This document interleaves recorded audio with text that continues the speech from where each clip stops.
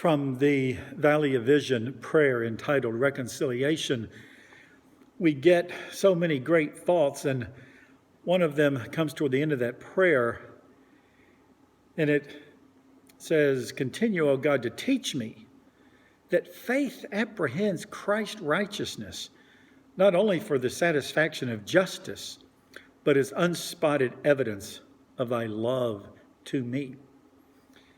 Help me to make use of his work of salvation as the ground of peace and of thy favor to and acceptance of me, the sinner, so that I may always live near the cross." These words echo the thoughts of the Confession of La Rochelle, which tells us that Jesus not only died to bring us forgiveness of sin, but also to bring us the full favor of God.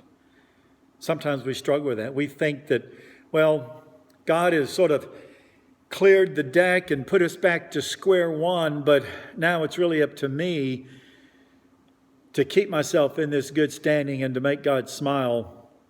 And what this is telling us, what the Bible tells us, is that in Christ we have the smile of God. In Christ we have and we hear the well done, good and faithful servant, because we are united with Christ.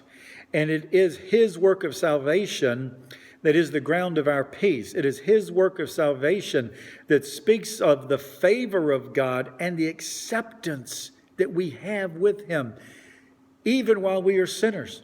That God accepted us as sinners. We need a God who accepts sinners, and that's the kind of God that we have, so that we may live always near the cross. That phrase right there is one that is full of interesting concept for what does it mean for us to live near the cross. And honestly, as I just read it a few minutes ago, I'm thinking, I got to think a little bit more about that. What does that mean? But certainly it means living a life of repentant faith. It means being willing to acknowledge my sin because I can do that freely because of what Christ has done for me. I have nothing to prove, nothing to hide before God. So living near the cross means that understanding that all of the acceptance is in Jesus, and that's what really matters. So as we read this prayer, as a prayer, it is one that we can pray for ourselves individually or pray for those around us.